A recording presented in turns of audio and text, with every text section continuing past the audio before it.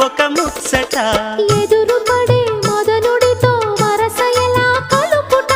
తెరలు విడే తరుణములో తెలియనిదే ముందట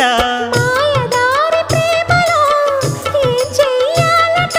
మోయలేని హాయిలో ఒళ్ళోకొస్తే చాలంట బయట కొంగు ఎంతో మంచిది జారుతున్నది